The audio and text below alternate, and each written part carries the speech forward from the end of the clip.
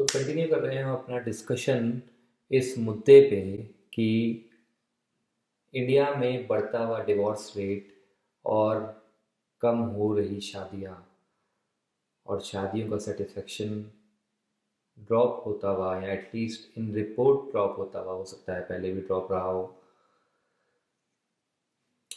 तो क्या फिनोमेना हो रहा है इसके अराउंड हम थोड़ी सी बात करने वाले हैं, अपना क्विक कुछ अजम्पशंस हाइपोथेसिस रखने वाले हैं, and then we are inviting everyone come on stage and speak about what they think, उनको क्या लगता है। और हम वुमेन से और मैन से उनकी राय लेना चाहते हैं। तो शादी सबसे पहले क्यों करी जाती थी? शादी हमें एक बिलोंगिंगनेस का एहसास देती है। बेसिकली फैमिली हमें एक बिलोंगिंगनेस का एहसास देती है, और फैमिलीज़ में अभी हम सब अपनी बिना शादी के शादी से पहले भी रह रहे होते हैं। पर देन दो बात है कि एक तो फैमिलीज़ आपकी हमेशा नहीं रहने वाली।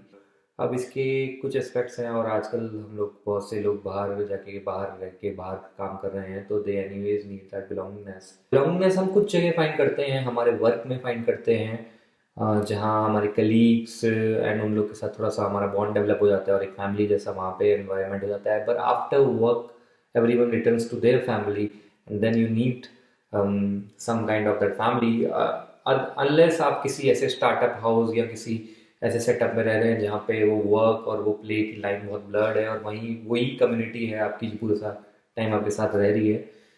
तो कम्युनिटी वाले उस पर हम थोड़ा फोकस अभी कर रहे हैं कि कम्युनिटी, वर्क वाइज कम्युनिटी आपको मिलती है। कम्युनिटीज़ आजकल और जगहों पर सोशल कम्युनिटीज़ आपको वो बिलोंगिंगनेस की फीलिंग दे रही है, but ultimately everyone returns to their home, and the reason people return to their home is that you also need to get to your home। मतलब आपकी भी कोई बिलोंगिंगनेस होनी चाहिए, वरना क्योंकि सब अपनी अपनी उस फाइनल बिलोंगिंगनेस के पास जा रहे हैं, वरना you ultimately find yourself alone, और वो अकेलापन, लोलीनेस का एहसास होता है।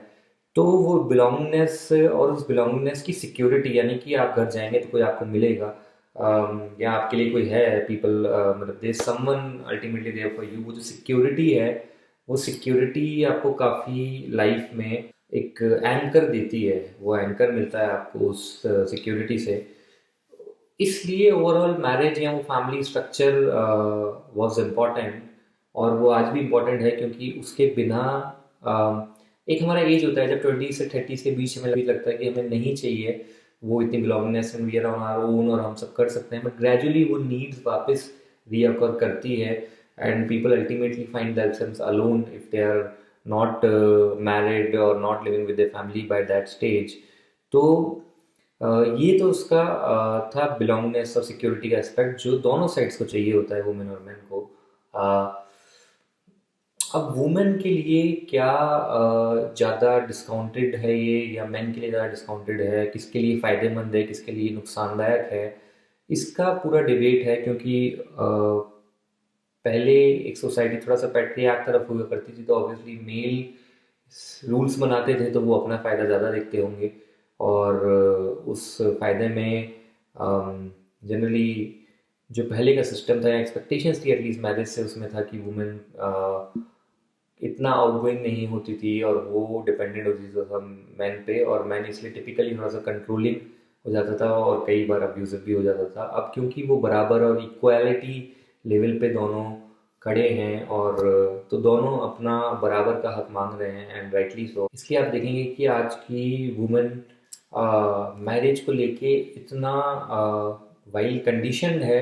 लड़कियां बहुत शुरू से कि मैरिज अल्टीमेट गोल है और वो है, बट बिकॉज लड़कियां अब इसको क्वेश्चन कर रही है, एंड दे फाइंड कि marriage is probably not that beneficial for them. Some girls have started claiming that, तो I am still not sure. तो गर्ल्स भी अपना इस पे ओपिनियन डाले और लड़के भी अपना ओपिनियन डाले, and we got to figure out कि whether this is the right system we are aiming for, और क्या इस सिस्टम में ही फ्लॉ है, क्या हमें कुछ और सिस्टम बना लेना चाहिए। क्योंकि अल्टीमेटली अगर ऑर्गेनिकली नेचुरली भी देखें तो विदाउट मैरिज कहीं ना कहीं वो बिलोंगिंगनेस की फीलिंग मिसिंग है।